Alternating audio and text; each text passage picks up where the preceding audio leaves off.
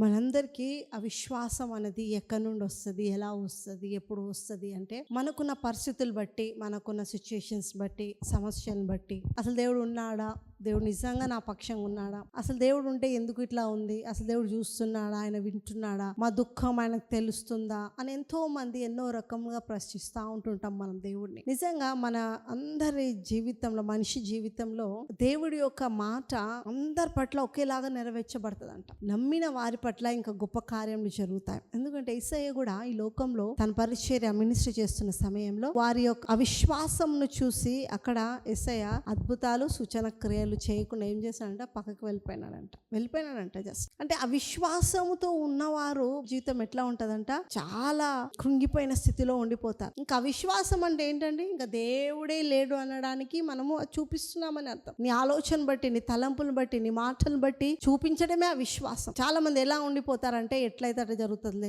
Luck, ఇంకా లేకపోతే అది ఇది అంటుంటారు. చాలా మంది ఇది నా రాత, ఇది నాది, ఇది అనుకుంటుంటారు. కాదు, నువ్వు ఎట్లా ఉన్నా సరే. చాలా మంది అంటున్నారేమో నీ కుటుంబం శాపంతో కూడినది, మీ కుటుంబం దరిద్రం కుటుంబం, నీ వల్లనే ఇంట్లోకి ఒక దరిద్రం వచ్చి నీ వల్లనే ఇంట్లో నాశనం అయిపోతుందని ఎంతో మంది నేను హేళనగా చేస్తున్నారేమో, ఎంతో మంది నేను తక్కువ కృంగిపోయిన మాటలతో మాట్లాడుతున్నారేమో. మనిషి మాటలు ఎంత ఇచ్చింపబడినా కూడా, ఎంతగా నేను బాధ పెట్టినా, ఎంతగా వాళ్ళు శపించి నీతో మాట్లాడినా కూడా నువ్వు విశ్వాసంతో నిలబడితే ఏమవుతుందంట, దేవుడు నీకు ఒక వాగ్దానం అనేది పెట్టి ఉన్నాడు. ఆ వాగ్దానం ఏం చేస్తుందంట, ఎవరైతే నేను మాటలు మాట్లాడుతున్నారో, ఎవరైతే నువ్వు అట్లా ఉన్నావు ఇట్లా ఉన్నావు అంటున్నారో వాటి మించిన ఆశీర్వాదంని నీకు కనపరుస్తుందంట వాగ్దానం. అందుకనే నువ్వు ఎలాంటి వ్యక్తి అయినా సరే, ఇంకా నాకు ఎందుకు ఈ బ్రతుకు అనుకుంటున్నావా, నిరాశలో ఉన్నావా, ఏ డిస్కరేజ్మెంట్లు ఉన్నావా, ఎక్కడున్నా, ఏ పరిస్థితిలో ఉన్నా వాగ్దానం ఏం చేస్తుందంట, నేను వాటిని మించిన హానర్ కి తీసుకొస్తుందంట. అందుకని ఇక్కడ మనం ఈ మాట చూస్తాం. రోమీలకు రాసిన పత్రిక 4వ అధ్యాయము 20వ వచనం చూస్తాం. అవిశ్వాసం వలన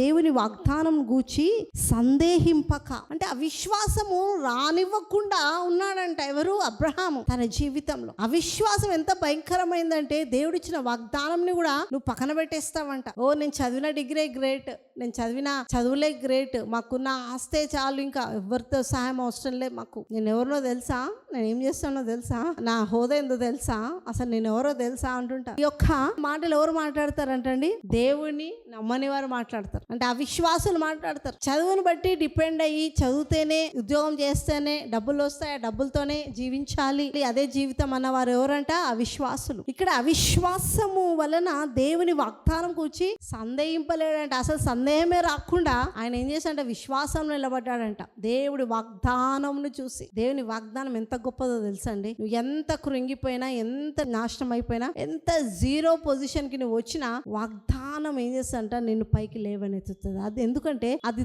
దేవుడిచ్చిన మాట నీ జీవితంలో. కాబట్టి నువ్వు ఏ పరిస్థితి గుండాలో వెళ్ళినా సరే, నువ్వు శూన్యంలో ఉన్నా సరే, అన్ని కోల్పోయిన స్థితిలో ఉన్నా సరే, నువ్వు మరణ పడకలో ఉన్నా సరే, వాగ్దానం జ్ఞాపకం చేసుకున్నవారు మరలా చిగురిస్తారు, మరలా జీవింపజేస్తారు, మరలా దీవింపబడతారు, మరలా రెస్టరేషన్ వస్తుంది. ఏదైతే కోల్పోయినారో అన్ని తిరిగి మళ్ళీ పొందుకుంటారు. హల్లెలూయా. ఎందుకంటే ఇక్కడ చూస్తాం, దేవుని మహిమపరిచి ఆయన వాగ్దానం చేసిన దానిని నెరవేర్చుటకు సమర్థుడని రూఢిగా విశ్వసించి విశ్వాసం వలన బలము నొందెను.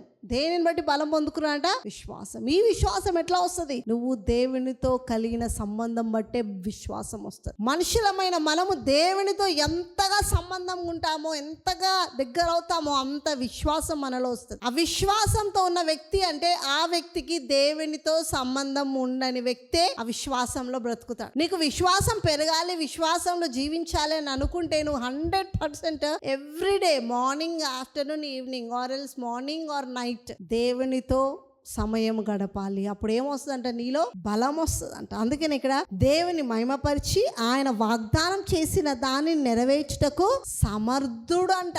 దేవుడు వాగ్దానం ఇచ్చాడు.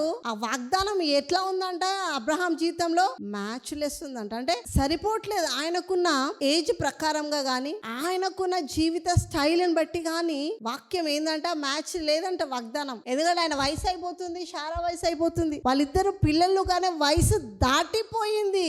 కానీ వాగ్దానం ఏం చేశాడు, అబ్రహాం నమ్మాడు. ఇది ఎక్కడ ఆశ్చర్యం అండి. హల్లెలూయా. సో వాక్యము ఏం చేస్తుందంట, నిన్ను నమ్మించడానికి ఏం చేస్తుందంట, దేవుడు మాట్లాడుతాడంట నీతో. అందుకే దేవుని మాట వింటేనే నీలో ఏమొస్తుందంట, నమ్మకం వస్తుంది. దేవుని మాట ఎట్లా వింటాం మనం చెప్పండి? వాక్యం ప్రతి దినము చదవడం బట్టి దేవుని మాటను వినగలుగుతాం. My dear brother and sister, so ఎప్పుడు కూడా ఈ సమయంని, అంటే దేవునితో నువ్వు గడిపే సమయంని మాత్రం స్కిప్ చేయదు నీ లైఫ్ లో. దానిలో నుండి వదిలిపోవద్దు, దానిలో నుండి దూరం అవ్వద్దు. 24 hours లో నీ కొద్ది సమయం దేవుడితో మాట్లాడే దానికి నువ్వు ఏర్పరచుకోవాలి, అది వాక్యము ద్వారా. అప్పుడు ఏం చేస్తావంట, వాక్యము నీతో మాట్లాడుతుంది. వాక్యం ఏం చేస్తుందంట, నీతో మాట్లాడుతుంది. సో ప్రతిదినము వాక్యం ఒక్క మాట తీసుకొని మీరు డ్యూటీకి వెళ్ళండి, చదివి స్కూల్కి వెళ్ళండి, చదివి ఆఫీస్లకు వెళ్ళండి, చదివి ఇంకెక్కడికైనా వెళ్ళండి. ఆ వాక్యమే ఆ దినమంతా నేను తప్పు చేయకుండా పరిశుద్ధంగా ఉండడానికి, ప్రొటెక్షన్ లో అన్నిట్లో వాక్యం నేను కాపాడుతూ వస్తుంటుంది.